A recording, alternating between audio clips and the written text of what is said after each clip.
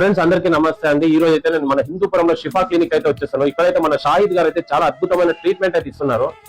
Actual గా అయితే dry cupping therapy అయితే చేస్తారంట. ఇక్కడ యాక్చువల్ పేషెంట్ కూడా వచ్చారు. సో ప్రెసెంట్ అయితే ఇక్కడ ట్రీట్మెంట్ ఇస్తున్నారు. దాంతోపాటు నడుము నొప్పి, బాడీ పెయిన్స్ అండ్ కాళ్ళ నొప్పులు, మోకాళ్ళ నొప్పులు కూడా ఈ ట్రీట్మెంట్ తీసుకుంటే చాలా మంచి రిజల్ట్ అయితే ఉందంట. సో ప్రెసెంట్ అయితే నేను క్లినిక్ లోపల ఉన్నాను.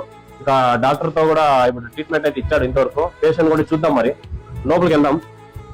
సో ప్రెసెంట్ అయితే ఇక్కడ మనం చూడొచ్చు, లోపల అయితే పేషెంట్ తోనే కనుక్కున్నాము. హాయ్ బ్రదర్, నమస్తే.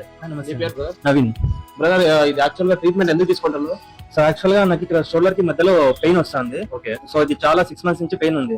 సో నీ పెయిన్ రిలీఫ్ కోసం ఆయింట్మెంట్స్ మందులు పూసుకున్నాను. సో రిజల్ట్ ఏం అనిపించలేదు.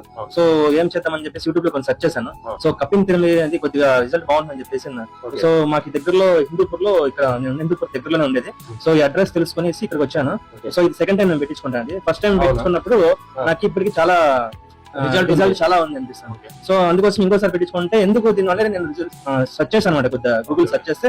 సో మనకి బ్లడ్ సర్క్యులేషన్ గానీ, సో హెల్త్ పరంగా చాలా బెటర్ అని నాకు అనిపించింది. అందుకోసం సెకండ్ టైం చాలా బాగుంది. అందుకోసమే నేను ఇంకోసారి సెకండ్ టైం పెట్టించుకున్నాను. ఓకే, చూడండి ఫ్రెండ్, జనరల్ గా అయితే పేషెంట్ తోనే రివ్యూ తీసుకున్నాము. సో ఎంతో మంది బాధపడుతుంటారు.